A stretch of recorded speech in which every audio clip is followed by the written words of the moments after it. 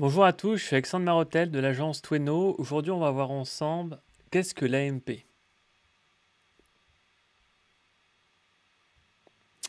Alors, tout d'abord, on va commencer par une définition. Donc, AMP ou Accelerated Mobile Page est un projet open source qui aide les webmasters à créer des pages internet plus rapides, mais aussi adaptées et optimisées pour les appareils mobiles.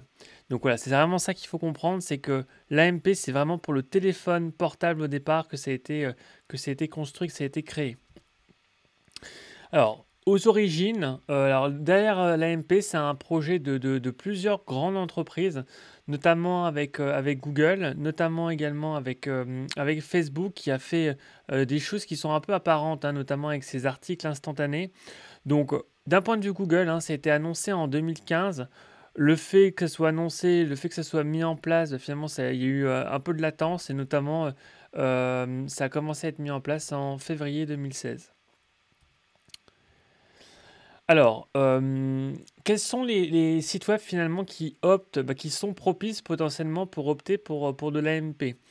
Alors, les commerces électroniques peuvent s'orienter à AMP, tout simplement parce qu'en fait, souvent, ils ont beaucoup de pages et vu que eh bien, la vitesse de chargement est extrêmement rapide, plus on a un taux de chargement qui est court, plus finalement, d'un point de vue conversion, ça va être positif. Du coup, commerce électronique, ça peut être intéressant.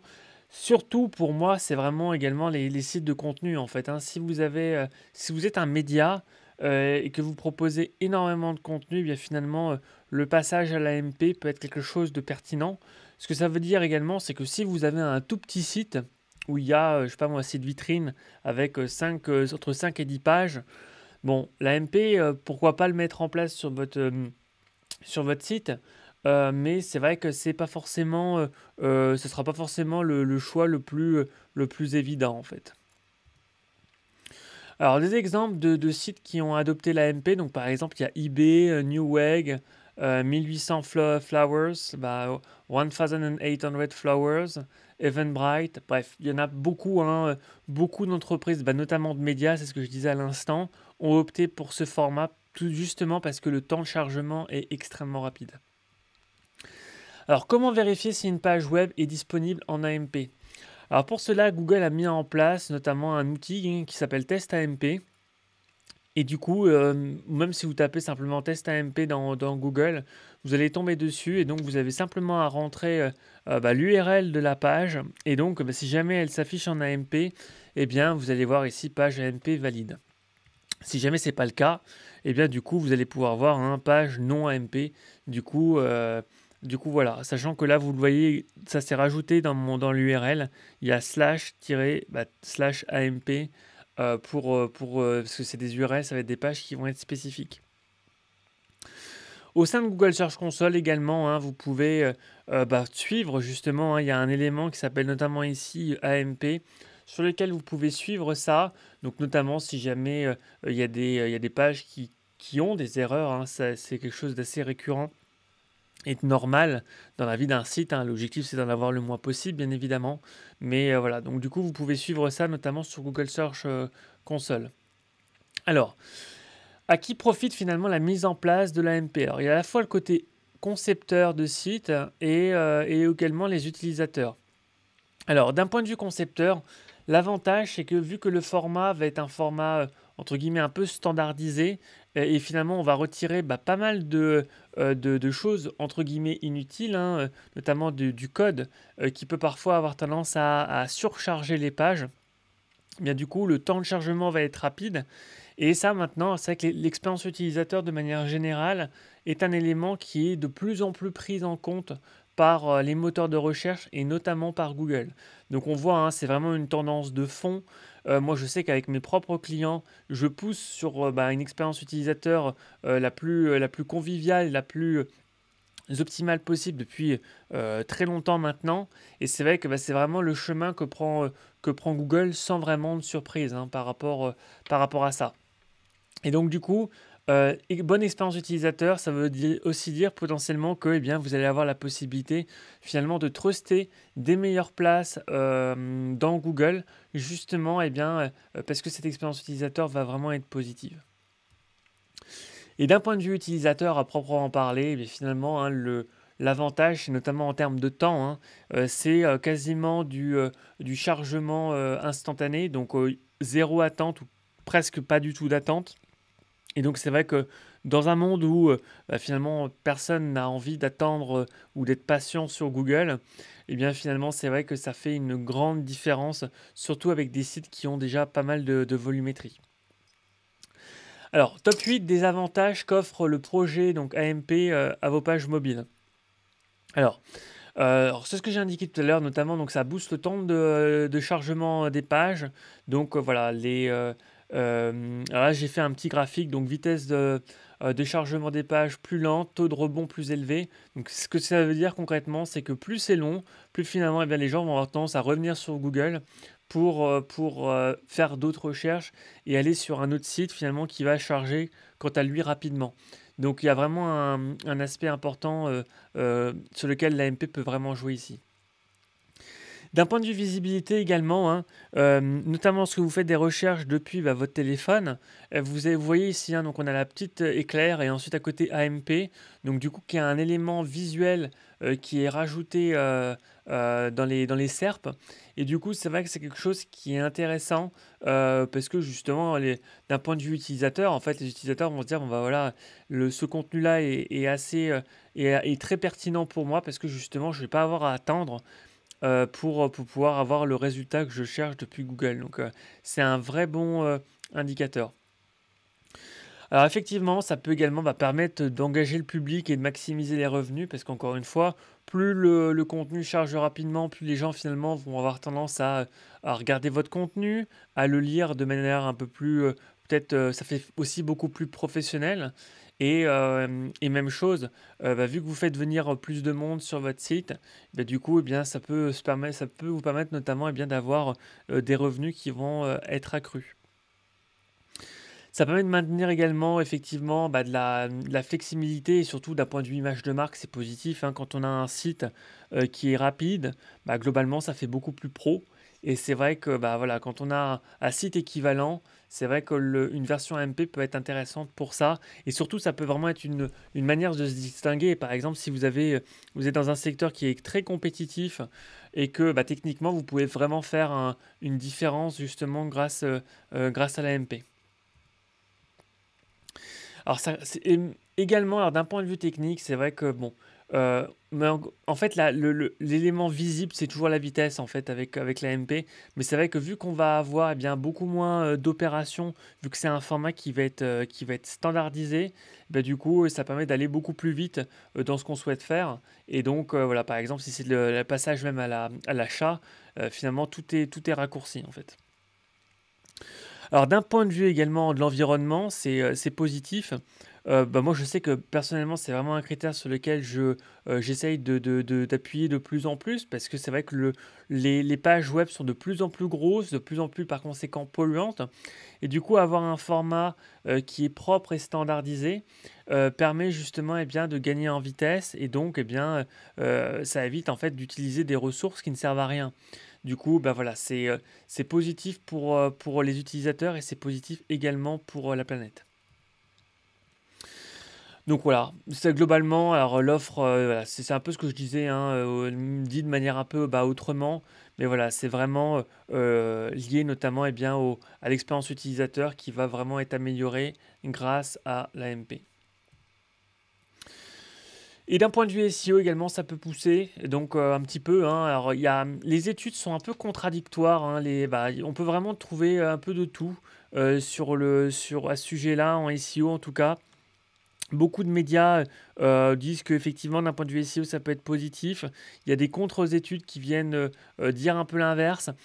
Globalement, à partir du moment où vous allez avoir pour objectif d'améliorer l'expérience utilisateur, ça sera positif d'un point de vue du SEO en fait.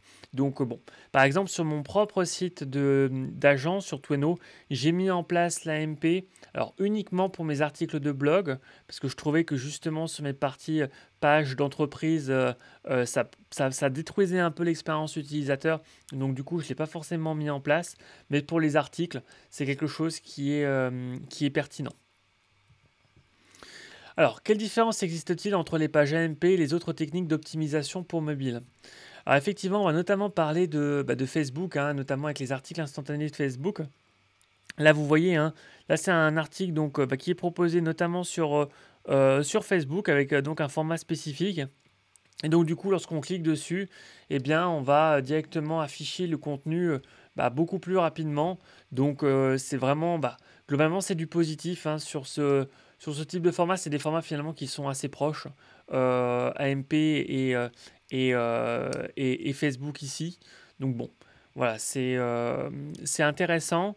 Après, là, vous voyez, hein, donc article instantané. Donc, ils obtiennent en moyenne 20% plus de clics, 70% moins de risque d'abandon et 30% plus d'actions. Donc voilà, c'est globalement voilà, des chiffres qui vont dans le sens justement d'articles qui vont charger, si possible, à la vitesse de la lumière. Hein. Alors, les pages GMP, la conception réactive. Alors, bon, ça dessus, je vais passer rapidement. Donc, c'est un framework qui est open source. Il y a aussi effectivement donc, des éléments qui peuvent être liés aux applications progressives, donc PWA. Je ne vais pas rentrer dans le détail, je ferai, je pense, une autre vidéo sur ce sujet-là.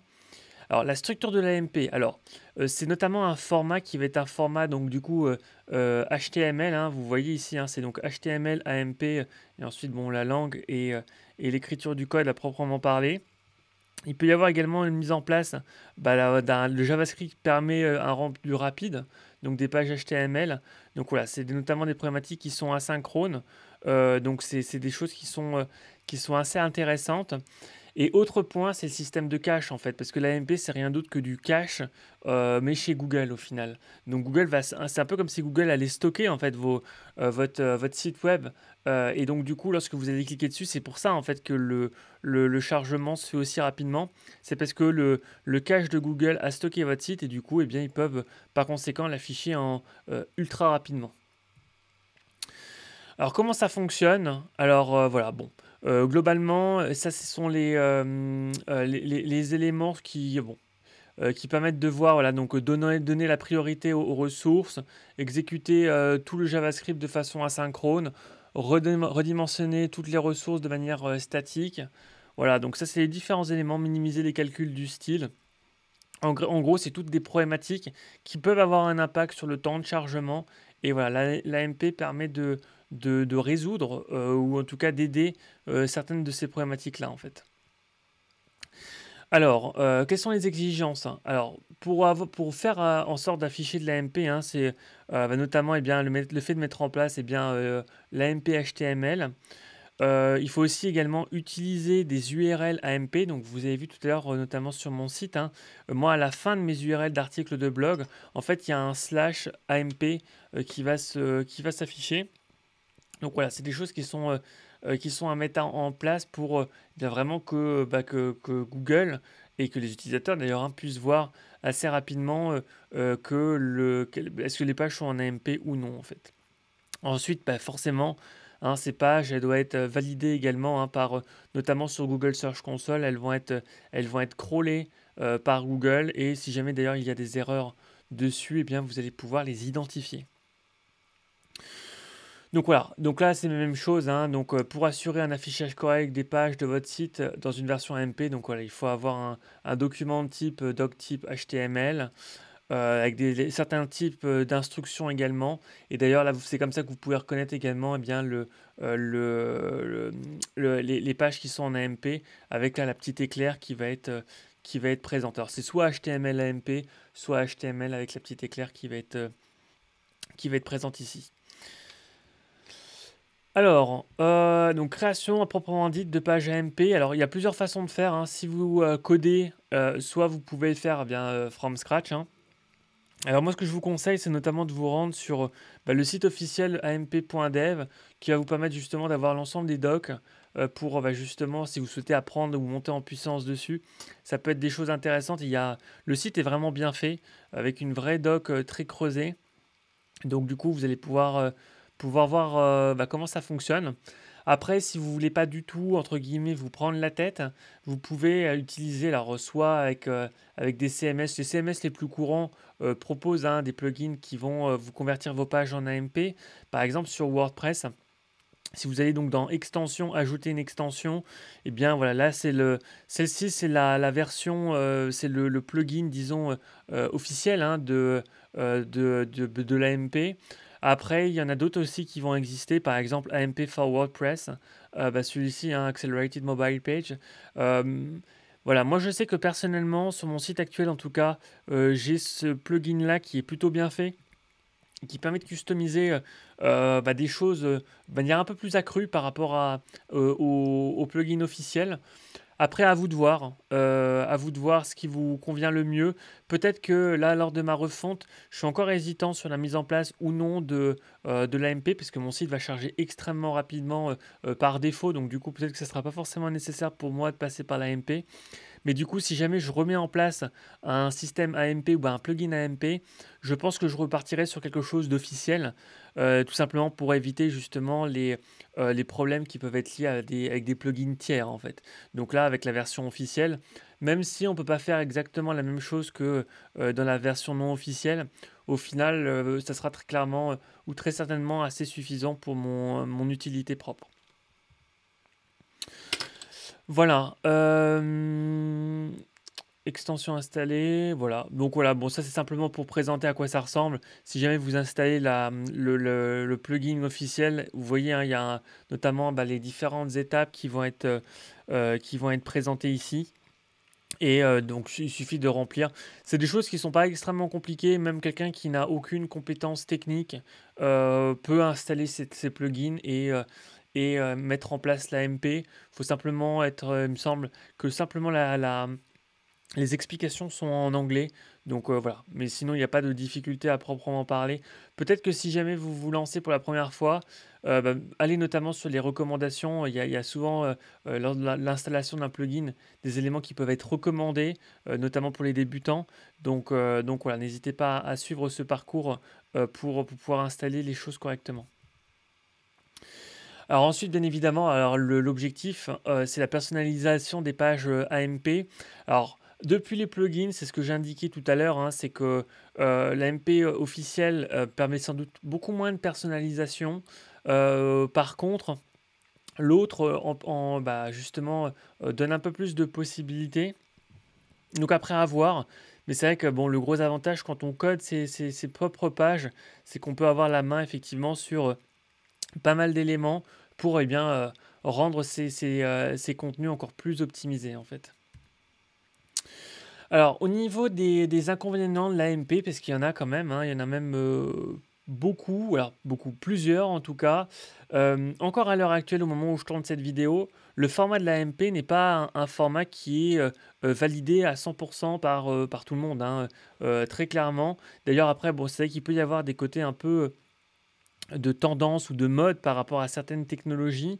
Et j'ai l'impression qu'il y a encore 6 mois de ça, l'AMP commençait à être de plus en plus intégré, implémenté sur les sites web. Et là, maintenant, depuis notamment les dernières mises à jour, j'ai l'impression que ça a un peu moins le vent en poupe. Donc, du coup, bon, voilà.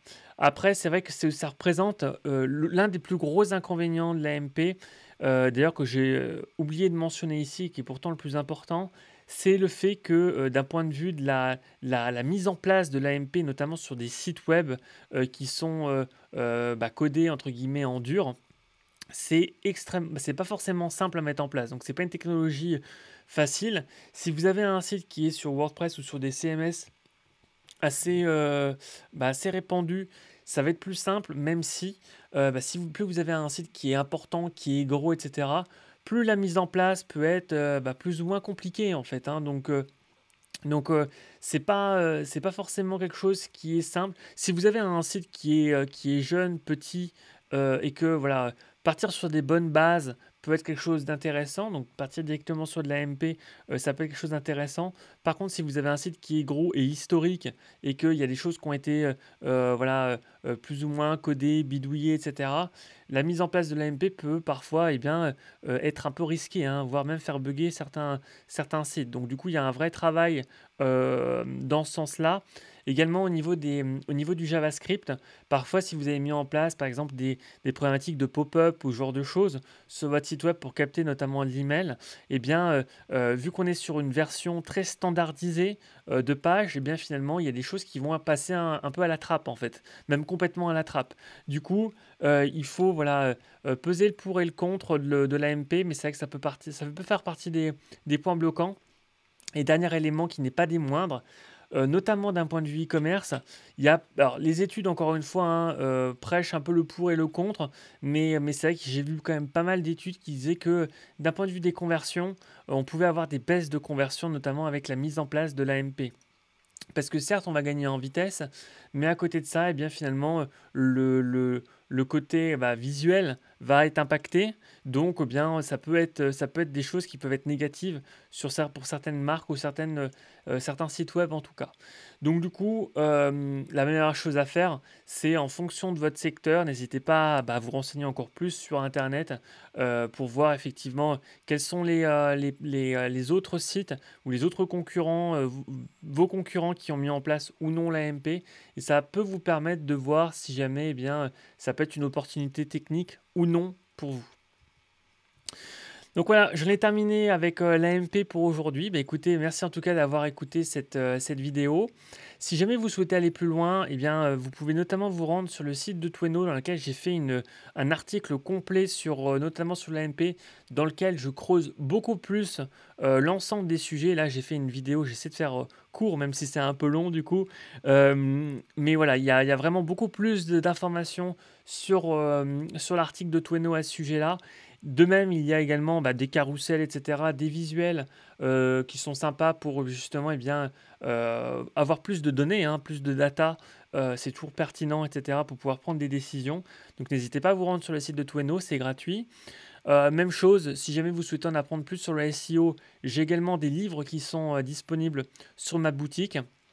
Et enfin, si eh bien, votre objectif c'est vraiment de monter en compétence en SEO pour avoir beaucoup plus de trafic sur votre site, eh bien n'hésitez pas à regarder ma formation que je propose, qui est justement les sites web soit émergés, soit des sites web qui ont déjà du trafic, à faire en sorte qu'ils deviennent encore plus gros, notamment grâce au référencement naturel. Merci à tous.